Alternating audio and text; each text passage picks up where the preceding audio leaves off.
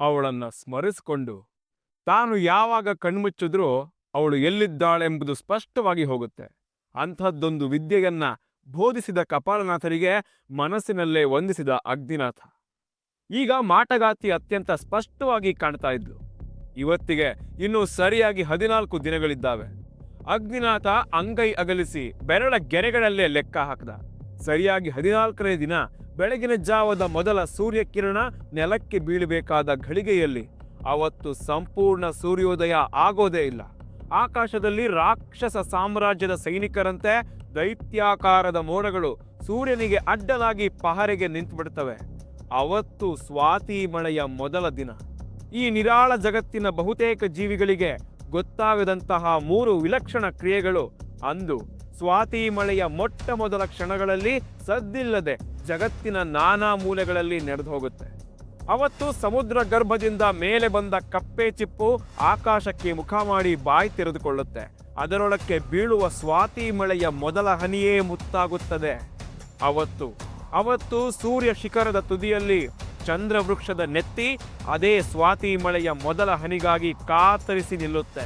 ಅದರ ನೆತ್ತಿಯ ಮೇಲೆ ಬೀಳುವ ಮೊದಲ ಹನಿಯೇ ಪುಷ್ಪ ಕರ್ಪೂರವೆಂಬ ಅತ್ಯಪರೂಪದ ವಸ್ತುವಾಗಿ ಮಾರ್ಪಡುತ್ತದೆ.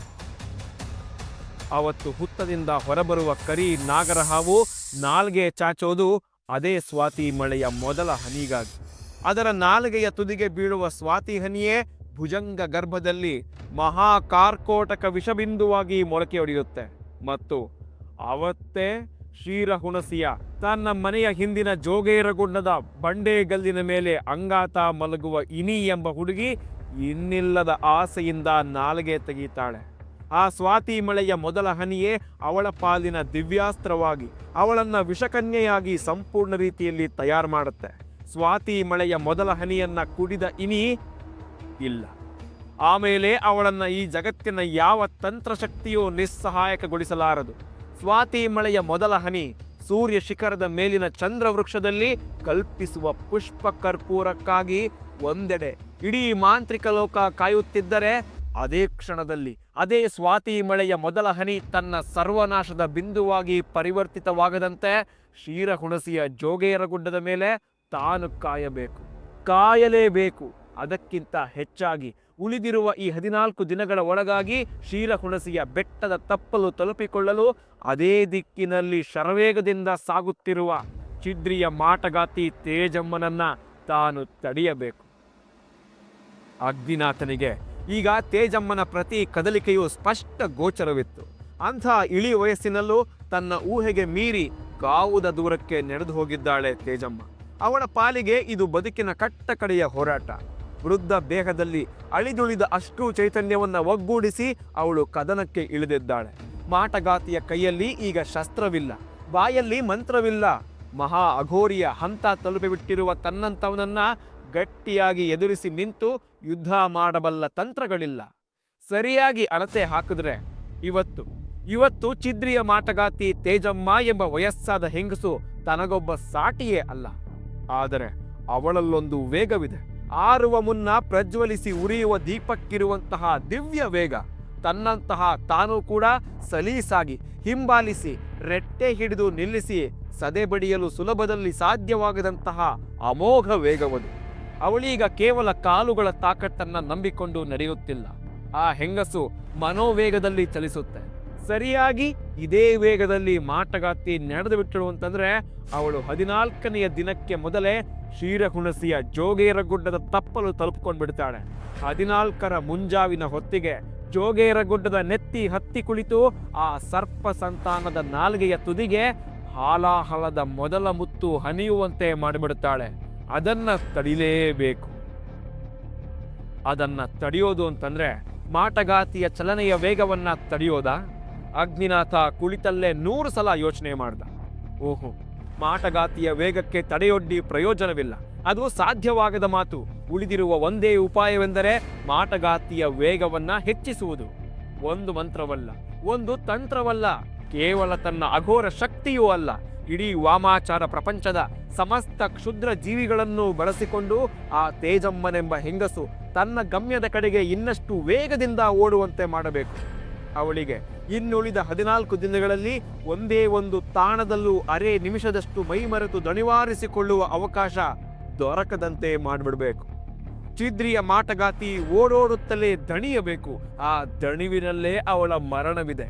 ಈ ಬಾರಿ ಮಾಟಗಾತಿಯನ್ನ ತಾನು ಮಂತ್ರ ಹೇಳಿ ಮಣಿಸಬೇಕಾಗಿಲ್ಲ, ಅಘೋರ ಉಪಾಸನೆಗಳ ಮೂಲಕ ಹಣಿಯಬೇಕಾಗಿಲ್ಲ. ಅವಳ ಸಾವಿನೆಡೆಗೆ ಅವಳನ್ನೇ ಓಡಿಸಬೇಕು, ಇನ್ನಷ್ಟು ವೇಗವಾಗಿ ಓಡಿಸಬೇಕು. ಹಾಗಂತ ಅಗ್ನಿನಾಥ ನಿರ್ಧರಿಸಿ ಪದ್ಮಾಸನ ಮುರಿದು ಕುಂಭಿನಿ ದೇವತೆಯ ಗುಡಿಯ ಗರ್ಭಗೃಹದಿಂದ ಈಚೆಗೆ ಬರುವ ಹೊತ್ತಿಗೆ ಸಂಜೆಯ ಗತ್ತಲು ದಟ್ಟವಾಗ್ತಾ ಇತ್ತು. ಅನತಿ ದೂರದಲ್ಲಿ ನೋರ್ವಾ ಗ್ರಾಮದ ಪುಟಾಣಿ ಮನೆಗಳಲ್ಲಿ ಮಿಣುಕರು ಹುಳುವಿನಂತಹ ದೀಪಗಳು ಹೊತ್ತುಕೊಂಡಿದ್ದು. ಅಸ್ತಮಿಸಿದ ಸೂರ್ಯನ ದಿಕ್ಕಿನ ಕಡೆಗೆ ಸುಮ್ಮನೆ ಒಮ್ಮೆ ತಿರುಗಿ 2 ಕೈಗಳನ್ನು ಎತ್ತಿ ಶ್ರದ್ಧೆಯಿಂದ ನಮಸ್ಕರಿಸಿದ ಅಗ್ನಿನಾಥ. ಆಗ ಕೇಳಿಸಿತು ಅವನಿಗೆ ಖಿಲ್ಲೆಂಬ ನಗು. ಎದುರಿನ ಒಣಗಿದ ಮರದ ಬೊಡ್ಡೆಗೆ ಆತು ನಿಂತಿರುವವಳು ಅದೇ ಗಾಜು ಕಣ್ಣಿನ ನಿರ್ವಿಕಾರ ಮುದುಕಿ. ಅವಳು ಅಗ್ನಿನಾಥನನ್ನೇ ನೋಡ್ತಾ ಇದ್ದಾಳೆ. ಈ ಬಾರಿ ಮುಖದಲ್ಲಿ ಮನುಷ್ಯನ ಹೋಲಿಕೆಗಳಿಗಿಂತ ಸತ್ತ ಪ್ರಾಣಿಗಳನ್ನ ತಿನ್ನುವ ಕ್ಷುಲ್ಲಕವಾದ ಗಿಡ್ಡನೆಯ ಕಿರುಬುದಂತಹ ಪ್ರಾಣಿಯೊಂದರ ಹೋಲಿಕೆಗಳಿದ್ದಾವೆ. ಅಗ್ನಿನಾಥನನ್ನೇ ನೋಡಿ ಮತ್ತೆ ಮತ್ತೆ ಕಿಲ್ಲನೆ ನಗ್ತಾ ಇದ್ದಾಳೆ. ಅಗ್ನಿನಾಥ ಒಂದು ಕ್ಷಣದ ಮಟ್ಟಿಗೆ ಆ ಮುದುಕಿಯಿಂದ ಅನತಿ ದೂರದಲ್ಲಿ ನಿಂತು ಅದನ್ನೇ ದಿಟ್ಟಿಸಿ ನೋಡ್ದ. ಅವನಿಗೆ ಗೊತ್ತು, ಅಸಲಿಗೆ ಅವಳು ಮನುಷ್ಯಳೇ ಅಲ್ಲ, ತೇಜಮ್ಮನ ತುರ್ತಿಗೆ ಬೆಟ್ಟವಿಳಿದು ಹೋಗುವ ಅವಸರದಲ್ಲಿ ಅಯಾಚಿತವಾಗಿ ಕೈಗೆ ಸಿಕ್ಕ ನಿಸ್ಸಹಾಯಕ ಪ್ರೇತಾತ್ಮ.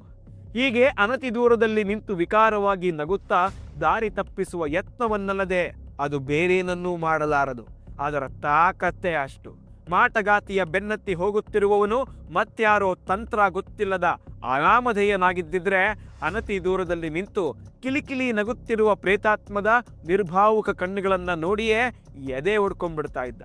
ಆದರೆ ತಾನು ಮನಸ್ಸು ಮಾಡಿದ್ರೆ ಈ ಕ್ಷುದ್ರ ಆತ್ಮವನ್ನ ಹೆಡೆಮುರಿಗೆ ಕಟ್ಟಿ ಒಯ್ದು ಅದೇ ನೋರ್ವಾ ಗ್ರಾಮದ ಮುಂದಿನ ಅರಳಿ ಮರದ ತುದಿಗೆ ಶಾಶ್ವತವಾಗಿ ನೇತು ಹಾಕಿ ಹೋಗ್ಬಿಡ್ಬಲ್ಲ. ನಿಂತ ನಿಲುವಿನಲ್ಲೇ ಈ ವಿಕಾರಿ ಮುದುಕಿಯ ಘನರೂಪವನ್ನ ಧಗ್ಗೆನ್ನಿಸಿ ಸುಟ್ಟು ಹಾಕಿ ಬಿಡಬಲ್ಲ. ಎರಡರಲ್ಲಿ ಯಾವುದನ್ನು ಮಾಡಲಿ ಎಂಬಂತೆ ಅಗ್ನಿನಾಥ ಯೋಚಿಸಲು ಆರಂಭಿಸುತ್ತಿದ್ದಂತೆಯೇ ಆ ಮುದುಕಿ ಹಾಗೆ ಕಿಲಕಿಲನೆ ನಗೋದನ್ನ ನಿಲ್ಲಿಸ್ತು. ಇದ್ದಕ್ಕಿದ್ದ ಹಾಗೆ ಅದರ ಕಣ್ಣುಗಳಲ್ಲಿ ಭಯಾನಕವಾದ ದಿಗಿಲು ಸರಿದಾಡ್ತಾ ಇತ್ತು. ಆತನಕ ನಿರ್ವಿಕಾರವಾಗಿದ್ದ ಅದರ ಗಾಜು ಕಣ್ಣುಗಳಲ್ಲಿ ನಿಸ್ಸಹಾಯಕ ಭಯವೊಂದು ತಾಂಡವ ಶುರುವಿಟ್ಟಿತು. ಅಗ್ನಿನಾಥ ಚಿಕ್ಕದೊಂದು ಮಂತ್ರವನ್ನ 7ನೇ ಸಲ ಪಠಿಸಿಕೊಂಡವನೇ ಒಣಗಿದ ಮರದ ಕೆಳಗೆ ಥರಗುಡುತ್ತಾ ನಿಂತ ಮುದುಕಿಯ ಕಡೆಗೆ ಮೊದಲ ಹೆಜ್ಜೆ ಹಾಕದ. ಆಗ ಓಡತೊಡಗಿದಳು ತೇಜಮ್ಮ. ನೋರ್ವಾ ಗ್ರಾಮದಿಂದ ಗಾವುದ ದೂರ ನಡೆದು ಹೋಗಿದ್ದ ತೇಜಮ್ಮನ ಬೆನ್ನಲ್ಲೇ ದಿಗದಿಗನೆ ಯಾರೋ ಓಡಿ ಬರುವ ಅತ್ಯಂತ ಸ್ಪಷ್ಟವಾದ ಹೆಜ್ಜೆ ಸದ್ದು ಕೇಳಿಸ್ತಾ ಇತ್ತು. ನಿರ್ಜನವಾದ ಕಾಡು ದಾರಿಯಲ್ಲಿ ತನ್ನನ್ನು ತೀರಾ ಹತ್ತಿರದಿಂದ ಯಾರೋ ಹಿಂಬಾಲಿಸುತ್ತಿದ್ದಾರೆ ಎಂಬುದು ಗೊತ್ತಾಗ್ತಾ ಇದ್ದಂತೆಯೇ ತೇಜಮ್ಮನ ಎದೆ ಢವಗುಡತೊಡಗಿತ್ತು. ಅಲ್ಲಿಂದ ಶುರುವಾಯಿತು ಅವಳ ಓಟ. ಓಡದೆ ವಿಧಿಯೇ ಇರಲಿಲ್ಲ. ತೀರಾ ಬೆನ್ನ ಹಿಂದೆಯೇ ಯಾರದ್ದೋ ಹೆಜ್ಜೆ ಸದ್ದು. ಇನ್ನೇನು ಅಗ್ನಿನಾಥ ಬಂದು ಹೆಗಲಿಗೆ ಕೈ ಇಟ್ಟೇ ಬಿಟ್ಟನೆಂಬ ಅನಿಸಿಕೆ. ಯಾವುದೋ ಏದುಸಿರು. ಹಿಮಪರ್ವತ ಇಳಿದು ಬಂದವಳ ಆಯಾಸ ಪೂರ್ತಿ ತಣಿಯುವ ಮೊದಲೇ ನೋರ್ವಾ ಗ್ರಾಮದ ಸರಹದ್ದಿನಿಂದ ಮುಂದಕ್ಕೆ ಓಡತೊಡಗಿದ ತೇಜಮ್ಮ ಅಗೋಚರವಾಗಿ ಬೆನ್ನತ್ತಿ ಬರ್ತಾ ಇದ್ದ ಅಗ್ನಿನಾಥನಿಗೆ ಬೆದರಿ ಚಂಡಮಾರುತದ ವೇಗದಲ್ಲಿ ಚಲಿಸುತ್ತಿದ್ದಳು. ಮೊಟ್ಟ ಮೊದಲ ಬಾರಿಗೆ ಬೆನ್ನ ಹಿಂದೆಲ್ಲೋ ಮನುಷ್ಯರು ಓಡಿ ಬರುತ್ತಿರುವ ಹೆಜ್ಜೆ ಸಪ್ಪಳ ಕೇಳು ಬರುತ್ತಿದೆ ಅಂತ ಅನ್ನಿಸಿದಾಗ ಅವಳು ನಿಜಕ್ಕೂ ಬೆದರಿದ್ದಳು. ಅಗ್ನಿನಾಥ ಬಂದೇ ಬಿಟ್ಟನೆಂದು ಕಂಪಿಸಿದಳು. ಹಾಗೊಂದು ವೇಳೆ ಬಂದೇ ಬಿಟ್ಟಿದ್ದಾದರೆ ಅಘೋರಿಗಳ ಕೇಂದ್ರ ಸ್ಥಾನವಾದ ಗೌರಿಕುಂಡದಲ್ಲೇ ಬೆಳೆದರೂ ಕಡೆ ತನಕ ಮುಗ್ಧಳಾಗಿಯೇ ಉಳಿದು ಹೋಗಿದ್ದ ಕಾತ್ಯಾಯಿನಿಯನ್ನ ಎದುರಿಸಿದಷ್ಟು ಸುಲಭವಾಗಿ ಅಗ್ನಿನಾಥನನ್ನ ಎದುರಿಸಲು ಸಾಧ್ಯವಿಲ್ಲ. ಅವನು ಹೆಸರಿಗೆ ತಕ್ಕಂತೆಯೇ ಅಗ್ನಿ ಪುರುಷ. ತಾನು ಮಾಂತ್ರಿಕ ಲೋಕದ ದಿಗ್ವಿಜಯದ ಚರ್ಮಸೀಮೆಯಲ್ಲಿದ್ದಾಗಲೇ ತನ್ನ ಬೆನ್ನೆಲುಬು ಮುರಿದು ಹಾಕಿದ ಪರಾಕ್ರಮಿ. ಇವತ್ತು ತನ್ನ ಕೈಯಲ್ಲಿ ಮಂತ್ರವೂ ಇಲ್ಲ, ಮಂತ್ರದಾಟವೂ ಇಲ್ಲ. ಉಳಿದಿರುವುದು ಇದೊಂದೇ ವೇಗ. ಸ್ವಾತಿ ಮಳೆಯ ಮೊದಲ ಹನಿ ನೆಲಕ್ಕೆ ಬೀಳೋ ಹೊತ್ತಿಗೆ ಕ್ಷೀರಹುಣಸಿಯ ಜೋಗೇರಗುಡ್ಡದ ತಪ್ಪಲು ಸೇರ್ಕೊಳ್ಳೋದಕ್ಕೆ ತನಗಿರುವ ಏಕೈಕ ಸಹಾಯವೆಂದರೆ ಈ ವೇಗ. 100 ಗಾವುದಗಳ ದೂರವನ್ನ ತಾನು ಇದೊಂದೇ ವೇಗವನ್ನ ನಂಬಿಕೊಂಡು ಚಲಿಸಬೇಕು. ಅಲ್ಲಲ್ಲ, ಓಡಬೇಕು. ಅದೂ ಅಲ್ಲ, ತಾನು ಮನೋವೇಗದಲ್ಲಿ ಕದಲಬೇಕು. ಒಂದೇ ಒಂದು ಹನಿ ಸ್ವಾತಿ ಮಳೆ ಆ ಪುಟ್ಟ ಮಗು ಇನಿಯ ನಾಲಿಗೆಯ ತುದಿ ತಾಕಬಿಟ್ರೆ ಸಾಕು. ಆ ಕ್ಷಣದಲ್ಲಿ ತಾನು ಇನಿಯ ರಕ್ಷಣೆಗೆ ನಿಂತು ಬಿಟ್ರೆ ಸಾಕು. ಅದು ಸಾಂದ್ರಗೊಂಡ ಪಾದರಸವನ್ನ ಕುಡಿದು ಜಗತ್ಪ್ರಳಯಕ್ಕೆ ಹೊರಟ ಮಹಾಬಲಿಷ್ಠನಿಗೆ ಇರಬೇಕಾದ ತಾಕತ್ತನ್ನ ತಂದುಕೊಡುತ್ತೆ. ಆಮೇಲೆ ಮತ್ತೆ ತನ್ನ ಹಳೆಯ ಆಯುಧಗಳನ್ನೆಲ್ಲ ಸಜ್ಜು ಮಾಡಿಕೊಂಡು ಎದ್ದು ನಿಂತೇನು. ಮುಂದಿನ ಬದುಕ ಕಳೆಯಲಿಕ್ಕೆ ಅಷ್ಟು ಸಾಕು. ಚಿದ್ರಿಯ ಗುಡಿಸಲಿನಿಂದ ಹಿಮಕಂದರದ ತುದಿಯ ತನಕ ತನ್ನನ್ನು ಎಡೆ ಬಿಡದೆ ಕಾಡಿದ ಅಗ್ನಿ ಪುರುಷನನ್ನ ಕೊನೆಗಾಣಿಸಲು ತಾನು ಬೇಕಾಗಿಲ್ಲ. ಅದು ತನ್ನಿಂದ ಸಾಧ್ಯವೂ ಇಲ್ಲ. ಆ ಕೆಲಸಕ್ಕೆ ಸಾಕ್ಷಾತ್ತು ಸರ್ಪ ಸಂಕುಲವೇ ಅಣಿಯಾಗಿ ನಿಂತಿದೆ. 6 ಅಡಿ ಎತ್ತರದ ಅಗ್ನಿನಾಥನನ್ನ ನೆಲಕ್ಕೆ ಮಲಗಿಸಲು ಅದೊಂದು ಹುಡುಗಿ ಇನಿ, ಅವಳೇ ಸಾಕು. ಅವಳಲ್ಲಿ ಪರಿಪೂರ್ಣ ಕಾರ್ಕೋಟಕ ರೂಪುಗೊಳ್ಳಲು ಬಾಕಿ ಇರೋದು ಇನ್ನು ಕೇವಲ 14 ದಿನ. ತಾನು ಅದಕ್ಕಾಗಿ ಓಡಲೇಬೇಕು. ಮೊದಲೆರಡು ಸಲ ಬೆನ್ನ ಹಿಂದೆ ದಿಗದಿಗನೆ ಹೆಜ್ಜೆ ಸದ್ದಾದಾಗ ಅಗ್ನಿನಾಥ ಬಂದೇ ಬಿಟ್ಟನೆಂಬ ಕಂಪನಕ್ಕೆ ಬಿದ್ದು ದಿಕ್ಕು ತೋಚಿದ ಕಡೆಗೆ ಓಡ್ತಾ ಇದ್ಲು ಮಾಟಗಾತಿ. ಆದರೆ ಮಾರನೆಯ ದಿನ ಮುಂಜಾನೆಯ ಹೊತ್ತಿಗೆ ಅದು ಅಗ್ನಿನಾಥನ ತಂತ್ರವೆಂಬುದು ಅವಳಿಗೆ ಸ್ಪಷ್ಟವಾಗಿ ಹೋಗಿತ್ತು. ಅಗ್ನಿನಾಥ ಹಿಮಪರ್ವತದ ತಪ್ಪಲಲ್ಲಿ ಕುಳಿತೇ ಹಿಂಡುಗಟ್ಟಲೆ ಪ್ರೇತಾತ್ಮಗಳನ್ನ ಆವಾಹನೆ ಮಾಡಿ ತನ್ನ ಬೆನ್ನತ್ತಿ ಹೋಗುವಂತೆ ಆದೇಶಿಸುತ್ತಿದ್ದಾನೆ. ಅವು ಹೀಗೆ ತನ್ನಲ್ಲಿ ಯಾರೋ ಬಂದರೆಂಬ ಭ್ರಮೆ ಹುಟ್ಟಿಸುತ್ತಿವೆ. ತನ್ನಂತಹ ಪಳಗಿದ ಅನುಭವಿ ವಾಮಲೋಕದ ವ್ಯಕ್ತಿತ್ವವೊಂದು ಹೀಗೆ ಹೆಸರಿಲ್ಲದ ಕಾಡುಗಳಲ್ಲಿ ಎಕ್ಕಷ್ಟಿತ್ತು ಪ್ರೇತಾತ್ಮಗಳಿಗೆ ಹೆದರಿ ಪತರುಗುಟ್ಟಿ ಓಡಬೇಕಿಲ್ಲ. ಅವುಗಳನ್ನು ಒಂದೇ ಒಂದು ಬೆರಳ ಇಶಾರೆಯಲ್ಲಿ ತಾನು ಕೈಕಟ್ಟಿ ನಿಲ್ಲುವಂತೆ ಮಾಡಿಬಿಡಬಹುದು. ಆದರೆ ಸಂಗತಿ ಅದಲ್ಲ.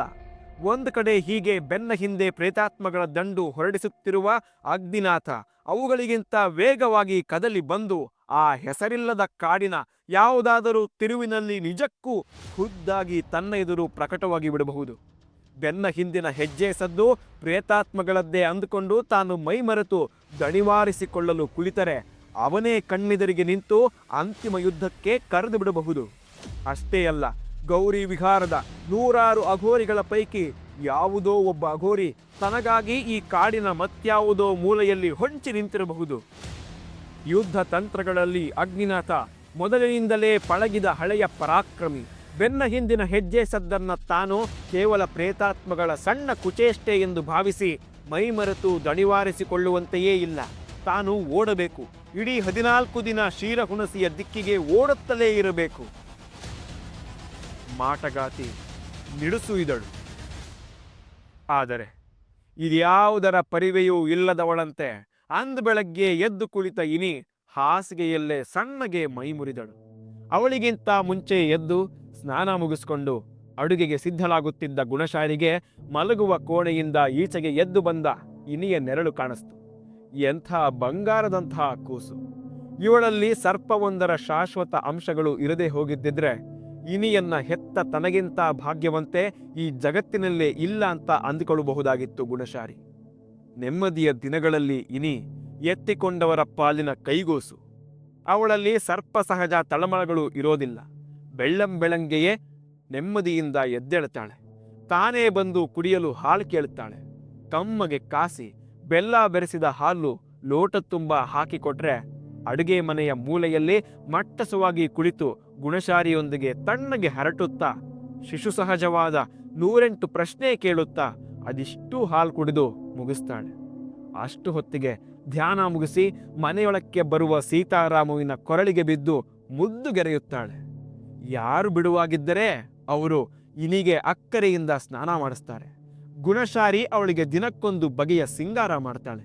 ಇನಿಯ ನೀಲಿ ಕಣ್ಣುಗಳ ಕೆಳಗೆ ಕಾಡಿಗೆಯ ರೇಖೆ ತಿದ್ದುವಾಗ ಅದೇಕೋ ಪ್ರತಿ ಸಲವೂ ನಾಗಮಂಜಿರನ ಕಣ್ಣುಗಳು ನೆನಪಾದಂತಾಗಿ ಗುಣಶಾರಿಯ ಬೆರಳು ಕಂಪಿಸುತ್ತದೆ. ಬದುಕಿನ ಅಪಘಾತಗಳೇ ಹಾಗೆ.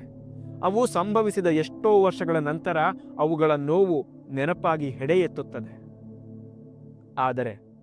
ಆದರೆ ಗುಣಶಾರಿ ಮಗುವಿನ ನಗೆಯ ಸೆಳಕು ಕಂಡ ತಕ್ಷಣ ಎಲ್ಲವನ್ನೂ ಮರೀತಾಳೆ. ಅದು ಓಡಿಬಂದು ಅಮ್ಮ ಅನ್ನುತ್ತಾ ತನ್ನ ಮೊಣಕಾಲ ತಬ್ಬಿಕೊಂಡು ಸೀರೆಯ ನೆರಿಗೆಗಳಲ್ಲಿ ಮುಖ ಮುಚ್ಕೊಳ್ತಾ ಇದ್ರೆ ಗುಣಶಾರಿಯ ಮುಖದಲ್ಲಿ ಸಾವಿರಾರು ಜನ್ಮಗಳ ತಾಯ್ತನದ ಸಂತೃಪ್ತಿ. ಅವತ್ತೂ ಹಾಗೇ ಆಯಿತು. ಎದ್ದವಳೆ ಮಲಗೋ ಕೋಣೆಯಿಂದ ಈಚೆಗೆ ಬಂದ ಇನಿ ಅಡುಗೆ ಮನೆಯ ಬಾಗಿಲಿಗೆ ಬಂದು ನಿಂತ್ಕೊಂಡಿದ್ಲು. ಕಣ್ಣುಗಳಲ್ಲಿ ಸಣ್ಣ ನಗೆ ಇತ್ತು. ಕಮ್ಮಗೆ ಕಾಯಿಸಿದ ಹಾಲಿಗೆ ಬೆಲ್ಲ ಬೆರೆಸಿ ತಂದು ಕೈಗಿಟ್ಟ ತಾಯಿಯನ್ನ ನೋಡಿ, ಅಮ್ಮ ಅಂದಳು ಇನಿ. ಏನು ಮಗು? ಉಳಿದಿರೋದು ಇನ್ನು 14 ದಿನ ಅಲ್ವೇನಮ್ಮ ಅಂದು ಬಿಟ್ಟಳು. ಒಂದು ಕ್ಷಣದ ಮಟ್ಟಿಗೆ ಕಾಲ ಸ್ತಂಭಿಸಿದಂತಾಯಿತು. ಗುಣಶಾರಿಗೆ ತನ್ನ ಮಗಳು ಏನು ಮಾತಾಡ್ತಾ ಇದ್ದಾಳೆ ಎಂಬುದು ಗೊತ್ತಾಗಲಿಲ್ಲ. ಕಣ್ಣುಗಳಲ್ಲಿ ಮಾತ್ರ ದಿಗಿಲೆಂಬುದು ಪ್ರವಾಹದಂತೆ ನುಗ್ಗಿ ಬರ್ತಾ ಇತ್ತು. 14 ದಿನವಾದ್ಮೇಲೆ ಏನಾಗುತ್ತೆ? ತೊದಲಿದಳು ಗುಣಶಾರಿ. ಅವತ್ತು ಮಳೆಯಾಗುತ್ತೆ ಅಲ್ವೇನಮ್ಮ? ಆಮೇಲೆ ನಾನೆಲ್ಲಿರ್ತೀನೋ ನೀನೆಲ್ಲಿರ್ತೀಯೋ ತಣ್ಣಗಿನ ದನಿಯಲ್ಲಿ ಹೇಳಿ ಮುಗಿಸಿದ್ಲು ಇನಿ. ಗುಣಶಾರಿಯ ಬೆನ್ನ ಮೂಳೆಯ ಆಳದಲ್ಲಿ ನಡುಕವೊಂದು ಜಾಗೃತವಾಯಿತು. ಆಗಷ್ಟೇ ಬಾಗಿಲಿಗೆ ಬಂದಿದ್ದ ಸೀತಾರಾಮು ಹೆಡೆ ತುಳಿದವನಂತೆ ಗಕ್ಕನೆ ನಿಂತುಬಿಟ್ಟ. 14ನೆಯ ದಿನ ಮುಂಜಾನೆ ನಡೆಯಲಿರುವ ಮಹಾನ್ ಘಾತದ ಸಂಗತಿ ತನ್ನ ಮಗುವಿಗೆ ಅರಿವಾಗಿ ಹೋಗಿದೆಯೇ? ಒಬ್ಬನೇ ಕುಳಿತು ತುಂಬ ಹೊತ್ತು ಆಲೋಚನೆ ಮಾಡಿದ ಸೀತಾರಾಮು. ಇನಿಯನ್ನ ತಾನು ಎಷ್ಟೇ ಪ್ರೀತಿಸಿದರೂ, ಏನೇ ತಂದೆತನದ ಜೇನು ಸುರಿದು ಸಾಕಿದ್ರೂ, ಮಮಕಾರ ಬೆಳೆಸ್ಕೊಂಡ್ರು, ಇನಿ ಇನ್ನು ಕೆಲವೇ ದಿನಗಳ ಒಳಗಾಗಿ ತನ್ನ ಕೈ ಬಿಟ್ಟು ಹೋಗುತ್ತಾಳೆಂದು, ಆಮೇಲೆ ಅವಳು ತನ್ನ ಮಗಳಾಗಿ ಯಾವತ್ತಿಗೂ ಉಳಿಯಲಾರಳೆಂದು ಸೀತಾರಾಮುವಿಗೆ ಮನವರಿಕೆಯಾಗಿ ಹೋಗಿತ್ತು. ಇತ್ತೀಚಿನ ತಿಂಗಳುಗಳಲ್ಲಿ, ಅದರಲ್ಲೂ ಉತ್ತರ ಕಾಪಾಲಿಕನಾದ ಫಾಲನೇತ್ರನನ್ನ ಸ್ವತಃ ಗುಣಶಾರಿಯೇ ಕಾಮ ಪ್ರಲೋಭನೆಗೆ ಈಡು ಮಾಡಿ ಕೊಂದು ಹಾಕಿದ ಮೇಲೆ ಅವನಿಗೆ ಕ್ಷೀರಹುಣಸಿಯ ತನ್ನ 16 ಅಂಕಣದ ಮನೆಯೇ ಪರಕೀಯ ಅನ್ನಿಸ್ತಾ ಇತ್ತು. ಅವನು ದಿನದ ಅತಿ ಹೆಚ್ಚಿನ ವೇಳೆಯನ್ನ ಏಕಾಂತದಲ್ಲೂ ಧ್ಯಾನದಲ್ಲೂ ಕಳೀತಾ ಇದ್ದ. ತೀರಾ ಉಸಿರುಗಟ್ಟಿಸುತ್ತಿದೆ ಅಂತ ಅನ್ನಿಸಿದಾಗ ಗುಣಶಾರಿಗೂ ಒಂದು ಮಾತು ಹೇಳದೆ ಡಾಕರ ಕಲ್ಲಿನ ಬೆಟ್ಟಕ್ಕೆ ಹೋಗಿಬಿಡ್ತಾ ಇದ್ದ. ಒಂದೇ ಉಸಿರಿನಲ್ಲಿ ಬೆಟ್ಟ ಹತ್ತಿ ಕುಳಿತುಬಿಟ್ಟಂದ್ರೆ ದಿನಗಟ್ಟಲೆ ಇಳಿದು ಬರುವ ಮನಸ್ಸಾಗ್ತಾ ಇರಲಿಲ್ಲ. ಕೆಲವು ವರ್ಷಗಳ ಕೆಳಗೆ ಪೆದ್ದನಂತೆ, ಷಂಡನಂತೆ, ಕೈಲಾಗದವನಂತೆ, ಭವಿತವ್ಯದ ಬಗ್ಗೆ ಭರವಸೆಯೇ ಇಲ್ಲದವನಂತೆ ನಿಕೃಷ್ಟದ ಬಾಳು ಬಾಳ್ತಾ ಇದ್ದ ತನ್ನನ್ನ ಹೀಗೆ ವಜ್ರಕಾಯನನ್ನಾಗಿ ಮಾಡಿದ ಆ ವಿರೂಪಾಕ್ಷನೆಂಬ ಏಕಾಂಗಿ ಸನ್ಯಾಸಿಯ ಋಣ ತೀರ್ಸೋದಾದ್ರೂ ಹೇಗೆ? ಅವನು ಕಲಿಸಿದ ಧ್ಯಾನ, ಯೋಗ, ರಹಸ್ಯ ವಿದ್ಯೆ ಮತ್ತು ಅವನು ಒಪ್ಪಿಸಿ ಹೋದ ಕರ್ತವ್ಯಗಳನ್ನೇ ಮನನ ಮಾಡಿಕೊಳ್ಳುತ್ತಾ ಬೆಟ್ಟದ ತುದಿಯಲ್ಲಿ ಕುಳಿತಿರುತ್ತಿದ್ದ ಸೀತಾರಾಮ್. ಇತ್ತೀಚೆಗೆ ಡಾಕರ ಕಲ್ಲಿನ ಬೆಟ್ಟಕ್ಕೆ ಜನ ಬರೋದೇ ಕಡಿಮೆಯಾಗಿ ಹೋಗಿತ್ತು. ವಿರೂಪಾಕ್ಷನ ಹಠಾತ್ ಕಣ್ಮರೆ ಎಲ್ಲರಲ್ಲೂ ಪ್ರಶ್ನೆಗಳು ಉದ್ಭವವಾಗುವಂತೆ ಮಾಡಿದ್ದವು. ಅವನ ಕಣ್ಮರೆಗಿಂತ ಹೆಚ್ಚಾಗಿ ಡಾಕರ ಕಲ್ಲಿನ ಜನರನ್ನ ಭಯ, ದಿಗ್ಭ್ರಮೆಗಳಿಗೆ ನೂಕಿದ್ದು ಡಾಕರ ಕಲ್ಲಿನ ಸಿದ್ಧರ ಬೆಟ್ಟದ ತುಂಬ ಕಾಣಿಸಿಕೊಂಡ ಸರ್ಪ ಸಂತತಿ. ವಿರೂಪಾಕ್ಷ ಸನ್ಯಾಸಿ ಬದುಕಿರುವ ತನಕ ಅಪರೂಪಕ್ಕೊಂದು ಕಾಣಿಸಿಕೊಳ್ಳುವಂತಿದ್ದ ಹಾವುಗಳು ಅವನ ಕಣ್ಮರೆಯಾದ ಮರುದಿನದಿಂದಲೇ ಬೆಟ್ಟದ ಮೇಲೆ ಪ್ರತ್ಯಕ್ಷವಾಗಿದ್ದವು. ಹಾಗಂತ ಅವು ಯಾರನ್ನೂ ಕಚ್ಚಿರಲಿಲ್ಲ, ಬೆಟ್ಟವಿಳಿದು ಪಕ್ಕದ ಊರೊಳಕ್ಕೂ ಹರಿದು ಬಂದಿರಲಿಲ್ಲ. ಆದರೆ ಎಷ್ಟಾದರೂ ಹಾವು ಹಾವೆ. ಮೊದಲಾದರೆ ಒಬ್ಬ ಸನ್ಯಾಸಿಯ ಮರಣವಾದ ಮರುದಿನವೇ ಬೆಟ್ಟದ ಮೇಲೆ ಮತ್ತೊಬ್ಬ ಸನ್ಯಾಸಿ ಗೋಚರನಾಗುತ್ತಿದ್ದ. ಈಗ ಬೆಟ್ಟದ ಮೇಲಿನ ಈಶ್ವರ ಮಂದಿರ ಖಾಲಿ ಖಾಲಿ. ಕ್ಷೀರಹುಣಸಿಯ 16 ಅಂಕಣದ ಮನೆಯ ಜಮೀನುದಾರ ಸೀತಾರಾಮು ಮೇಲಿಂದ ಮೇಲೆ ಬಂದು ಹೋಗ್ತಾನೆ. ಯಾವ ಸೋಮವಾರವೂ ಅವನು ಶಿವಲಿಂಗದ ಅರ್ಚನೆ ತಪ್ಪಿಸಿಲ್ಲ. ಎಲ್ಲವನ್ನೂ ಶ್ರದ್ಧೆಯಿಂದಲೇ ಮಾಡುತ್ತಾನೆ. ದೇವಳದ ಪ್ರಾಂಗಣವನ್ನ ಅತ್ಯಂತ ಶುಚಿಯಾಗಿಟ್ಟುಕೊಂಡಿದ್ದಾನೆ. ಆದರೆ ಸೀತಾರಾಮು ಸನ್ಯಾಸಿಯಲ್ಲ. ಡಾಕರ ಕಲ್ಲಿನ ಬೆಟ್ಟದ ಮಹಿಮೆಯೇ ಮಾಸಿ ಮುಸುಳಿಸಿ ಹೋಯಿತೇನೋ ಎಂದು ಆತಂಕಗೊಂಡಿದ್ದರು ಜನ.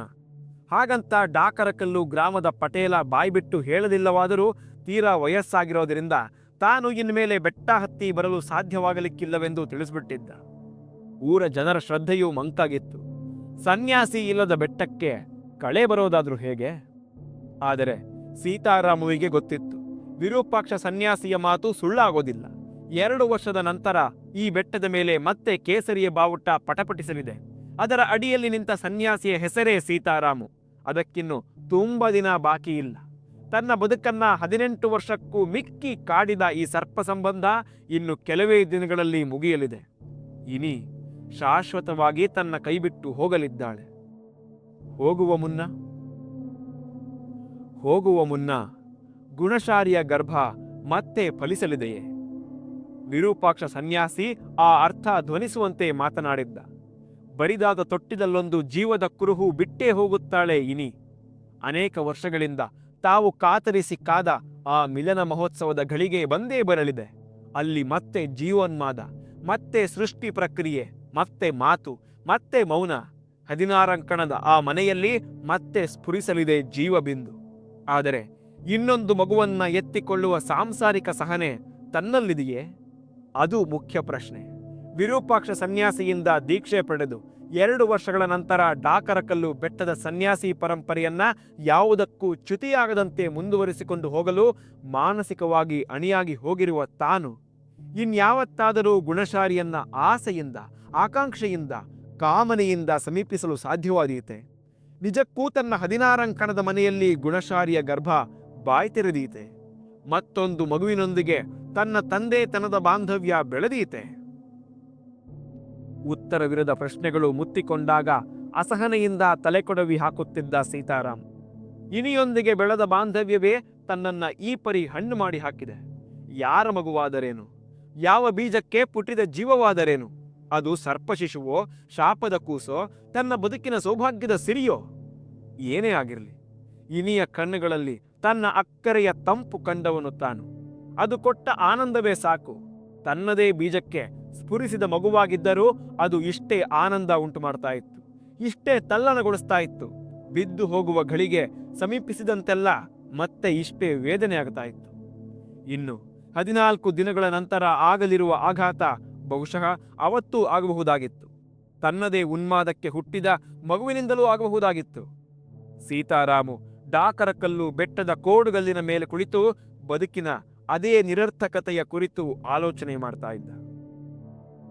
ಇಷ್ಟಕ್ಕೂ 14ನೆಯ ದಿನ ಸಂಭವಿಸಲಿರುವುದಾದರೂ ಏನು? ಅವತ್ತು ಇನಿ ಸತ್ತೋಗ್ತಾಳ? ಅಥವಾ ಸರ್ಪಸಂಕುಲ ತನ್ನ ಸೇಡು ಸಾಧಿಸಿಕೊಳ್ಳುವ ಏಕೈಕ ಉದ್ದೇಶದಿಂದ ದವಡೆಯಲ್ಲಿ ವರ್ಷಗಟ್ಟಲೆ ತುಂಬಿಕೊಂಡಿರುವ ಹಾಲಾಹಲವನ್ನ ಅಘೋರ ಸಾಧಕ ಅಗ್ನಿನಾಥನ ನರನಾರಿಗಳ ಒಳಕ್ಕೆ ಧುಮ್ಮಿಕ್ಕಿಸಿ ಬಿಡುತ್ತವೆಯೇ? ಯಾವ ಘೋರ ಯುದ್ಧ ಜರುಗಲಿದೆ? ಎಷ್ಟು ಸಾವುಗಳು? ಈ ಸರ್ಪಾಘಾತಕ್ಕೆ ಸಿಕ್ಕ ತನ್ನ ಬದುಕು ಏನಾಗಿ ಹೋಗಲಿದೆ? ಕ್ಷೀರಹುಣಸಿಯ ಜನ ಜೋಗೇರಗುಡ್ಡದ ಮೇಲೆ ಯಾವ ಭಯಾನಕ ದೃಶ್ಯ ನೋಡಲಿದ್ದಾರೆ? ಭಗವಂತ, ನಿನ್ನ ನಿಷ್ಕರುಣೆಯ ಚೀಲದಲ್ಲಿ ಇನ್ನ ಎಂಥ ಅಸ್ತ್ರಗಳು ಇವೆಯಪ್ಪ ಅಂದುಕೊಂಡ ಸೀತಾರಾಮ್. 14ನೆಯ ಮುಂಜಾವಿಗಾಗಿ ಇನಿ ಅಣಿಯಾಗುತ್ತಿದ್ದಾಳೆ ಎಂಬುದು ಅವನಿಗೆ ಗುಣಶಾರಿಗಿಂತಲೂ ಹೆಚ್ಚು ಸ್ಪಷ್ಟವಾಗಿ ಅರ್ಥವಾಗಿತ್ತು. ಆದರೆ ಸರ್ಪಯುದ್ಧವಾಗಲಿ, ಮಾಂತ್ರಿಕ ಮಾರಣ ಹೋಮವಾಗಲಿ, ಅಘೋರ ನಿಶ್ಚಯಗಳಾಗಲಿ ಪರಿಚಯವೇ ಇಲ್ಲದ ಗುಣಶಾರಿ ಮಾತ್ರ ಇನಿಯ ಮಾತಿಗೆ ಬೆಚ್ಚು ಬಿದ್ದಿದ್ದಳು. ಕೋಣೆಯ ಒಳಗಿನಿಂದ ನಿದ್ದೆಗಳಲ್ಲಿ ಎದ್ದು ಬಂದು ಕೇಳಿ ಇಸಿದುಕೊಂಡ ಹಾಲು ಕುಡಿದು ಮಗು 14ನೆಯ ದಿನ ಮಳೆಯಾದ ಮೇಲೆ ನಾನೆಲ್ಲಿರ್ತೀನೋ ನೀನೆಲ್ಲಿರ್ತೀಯೋ ಎಂಬಂತಹ ಮಾತುಗಳನ್ನ ಆಡಿದ್ರೆ ಯಾವ ತಾಯಿ ತಾನೇ ಎದೆ ಒಡೆದೇ ಇದ್ದಾಳು? ಆ ಮಾತನ್ನಾಡಿದ ಕ್ಷಣದಲ್ಲಿ ಇನಿಯ ಕಣ್ಣುಗಳಲ್ಲಿ ಫಳಫಳಿಸಿದ ಕ್ರೂರ ನಿರ್ಧಾರವೊಂದರ ಕಿಡಿ ಗುಣಶಾರಿಯ ನಿಲುವನ್ನೇ ಅಲ್ಲಾಡಿಸಿ ಹಾಕಿತ್ತು. ಬೆನ್ನ ಮೂಳೆಯ ಆಳದಿಂದ ಎದ್ದು ಬಂದ ನಡುಕವೊಂದು ಅವಳನ್ನ ಥರಥರನೆ ನಡುಗಿಸಿತ್ತು. ತನ್ನ ಹೊಟ್ಟೆಯಲ್ಲೇ ಹುಟ್ಟಿದ ಈ ಪುಟ್ಟ ಹುಡುಗಿ ಸಮಸ್ತ ಜಗತ್ತಿನ ಸರ್ವನಾಶಕ್ಕೆ ಕಾರಣಳಾಗಿ ಬಿಡುತ್ತಾಳೇನೋ ಅನ್ನಿಸಿ ಬೆವೆತು ಹೋದಳು ಗುಣಶಾರಿ.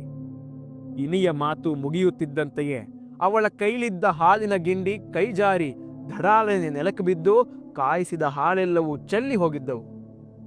ಅದಕ್ಕೆ ಇನಿ ಪ್ರತಿಕ್ರಿಯಿಸಲೇ ಇರಲಿಲ್ಲ. ಸುಮ್ಮನೆ ನಕ್ಕು ಎದ್ದು ಹೋಗಿದ್ದಳು. ಆಗಷ್ಟೇ ಕುಡಿದ ಹಾಲಿನ ಬಿಂದುವೊಂದು ಅವಳ ತುಟಿಯ ತಿರುವಿನಲ್ಲಿ ಸಿಕ್ಕಿಕೊಂಡಂತಿತ್ತು. ಆದರೆ ಅದು ನೀಲಿಯಾಗಿತ್ತು. ಮುಂದಿನ 14 ದಿನಗಳ ತನಕ ಇನಿಯ ವರ್ತನೆ ಸಹಿಸಲಾರದಷ್ಟು ಘೋರವಾಗಲಿದೆ ಎಂಬುದು ಮಾತ್ರ ಅದೇಕೋ ಗುಣಶಾರಿಯ ಒಳಮನಸ್ಸಿಗೆ ಪದೇ ಪದೇ ಅನ್ನಿಸುತ್ತಿತ್ತು. ಪ್ರಪಂಚದಲ್ಲಿ ಕೆಟ್ಟ ಮಕ್ಕಳಿರಬಹುದು, ಆದರೆ ಕೆಟ್ಟ ತಾಯಿ ಮಾತ್ರ ಎಲ್ಲೂ ಸಿಗೋದಿಲ್ಲ ಅಲ್ವಾ?